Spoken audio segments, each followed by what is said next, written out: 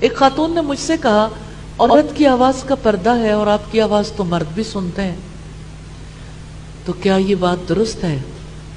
تو میں نے انہیں کہا کہ آپ سورہ الاحزاب 22واں پارہ کھول کے دیکھیے، اللہ تعالیٰ نے یہ حکم دیا ہے کہ آپ نرمی سے بات نہ کرو، لوچدار انداز میں، نمبر 1۔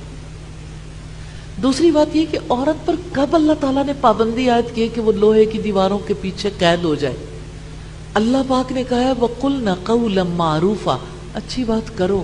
میں نے کہا آپ کو بھی اللہ کا حکم ہے کہ آپ بھی اچھی بات کریں۔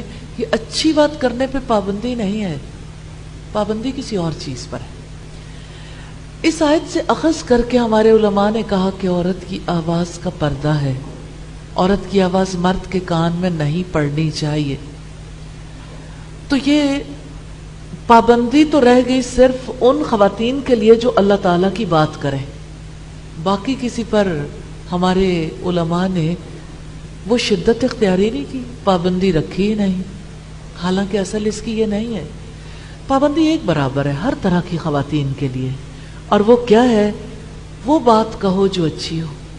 اللہ پاک نے حکم دیا ہے تو جو پابندی کا دائرہ کار ہے نا، اس تک اسے محدود رکھیں۔ اللہ تعالی ہم سب کو دین کی سچی سمجھ عطا فرمائے۔